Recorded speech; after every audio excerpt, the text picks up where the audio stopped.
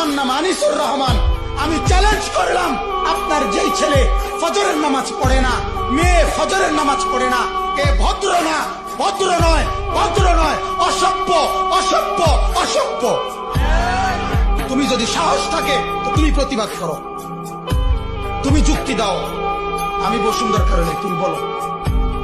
সেজদাবিহীন কোন মুসলমান ইমানদারের ছেলে, মেয়ে, বিবি যার কপালে সেজদা নাই, সে শিক্ষিত হয় নাই, সে সভ্য হয় নাই, সে ভদ্র হয় নাই।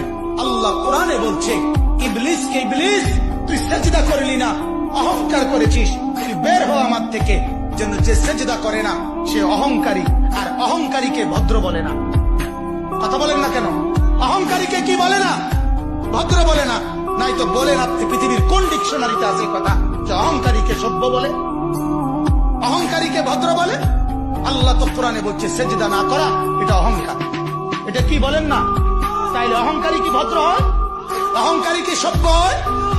অতএব ছেলেকে ভদ্র বানান, ছেলেকে সভ্য বানান। পড়েন আপনি, কোনো সমস্যা নাই।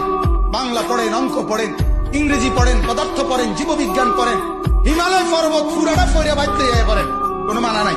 আটলান্টিক মহাসাগর পড়ে বাইতে নালান, কোনো আপত্তি নাই। কিন্তু কোরআন বাদ দিলেন কেন?